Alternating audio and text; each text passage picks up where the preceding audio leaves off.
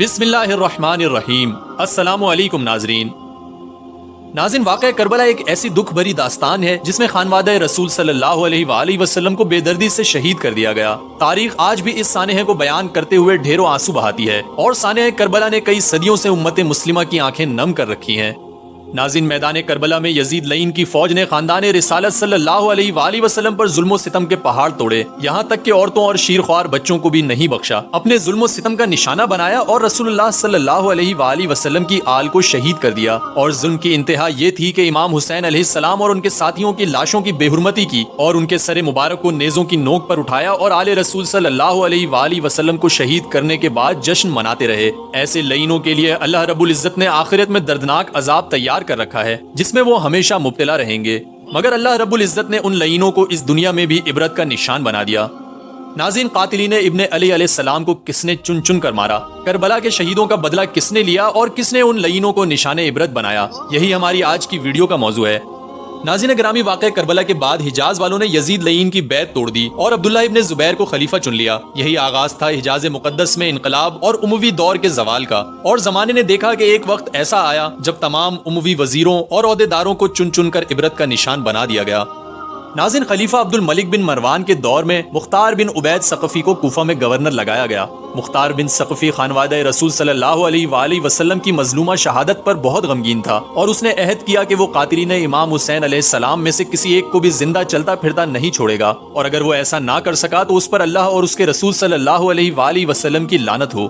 پھر مختار ثقفی نے لوگوں سے کہا کہ مجھے ہر اس شخص کا نام اور پتہ بتاؤ جو امام حسین علیہ السلام اور ان کے خاندان کے قتل میں کسی بھی طرح شریک تھا اور آل رسول صلی اللہ علیہ وآلہ وسلم کا مقابلہ کرنے کربلا گیا تھا۔ لوگوں نے مختار ثقفی کو ان لعینوں کے نام بتانا شروع کیے اور اس نے چن چن کر سب کو قتل کرنا شروع کر دیا۔ مختار ثقفی کے سپاہیوں نے تمام قاتلین حسین کو ڈھونڈنا شروع کر دیا اور ہر شخص کو پکڑ کر لایا گیا، چاہے وہ کسی گھر میں چھپا تھا یا کسی صحرا میں۔ سب سے پہلے عمر بن سعد کی باری آئی۔ عمر بن سعد کو دیکھ کر مختار ثقفی کی آنکھوں میں خون اتر آیا اور وہ گرج کر پکارا، اے دنیا کے ذلیل کتے، بتا تیرے ساتھ کیا کیا جائے۔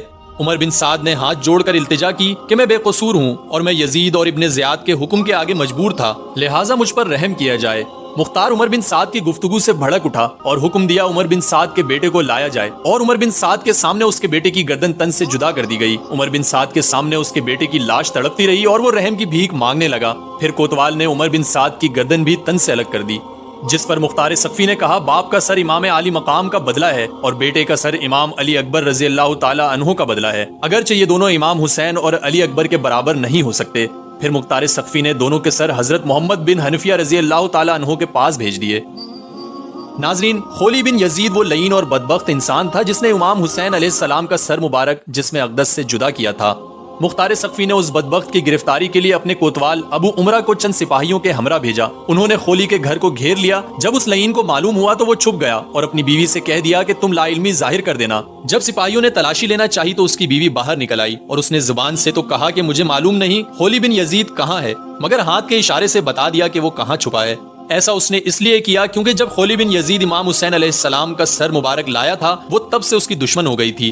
سپاہی جب اس کے چھپنے کے مقام پر پہنچے تو دیکھا سر پر ایک ٹوکرا رکھے ہوئے زمین سے چپکا ہوا ہے۔ جب اسے گرفتار کر کے لایا گیا تو مختار ثقفی نے بیچ چوراہے پر خولی بن یزید کے گھر والوں کو بلا کر ان کی آنکھوں کے سامنے اسے قتل کیا۔ پھر اس کی لاش کو جلایا گیا اور جب تک اس کی لاش جل کر راکھ نہیں ہو گئی مختار وہیں کھڑا رہا۔ ناظرین، تاریخ طبری کے مطابق عبداللہ بن دیاس جس نے عمار بن یاسر رضی اللہ تعالی عنہ کو قتل کیا تھا، اس نے امام حسین علیہ السلام کے مقابلے میں کربلا جانے والے چند آدمیوں کے نام بتا دیے، جن میں مالک بن نصیر، عبداللہ بن اسید اور حمل بن مالک محاربی شامل تھے۔ مختار ثقفی نے اپنے ایک سردار کو چند سپاہیوں کے ہمراہ ان کی گرفتاری کے لیے قادسیہ بھیجا۔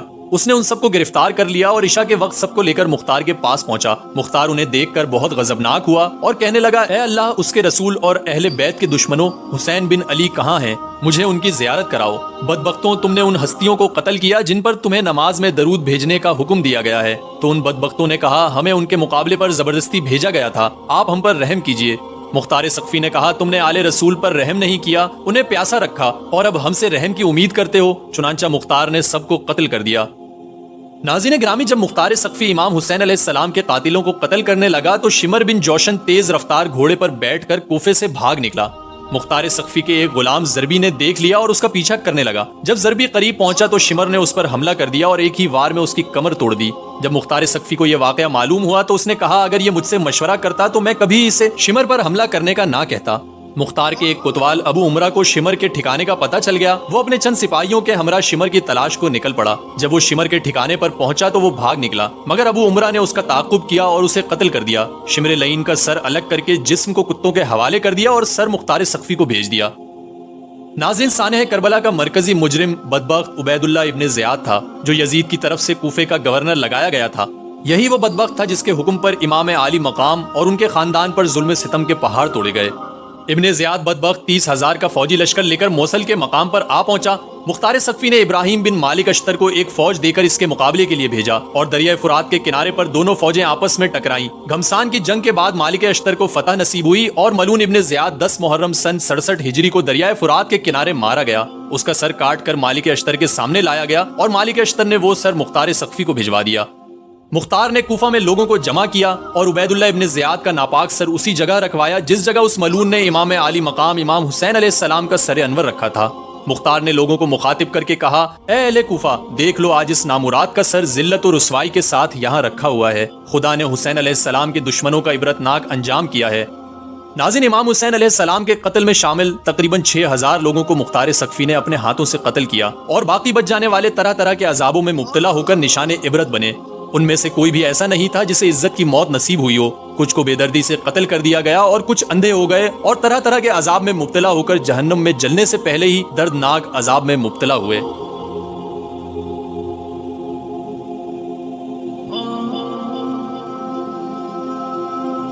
ناظرین، امید ہے یہ ویڈیو آپ کو پسند آئی ہوگی۔ ویڈیو اچھی لگی ہو تو ویڈیو کو لائک کریں اور چینل کو سبسکرائب کریں تاکہ آپ کو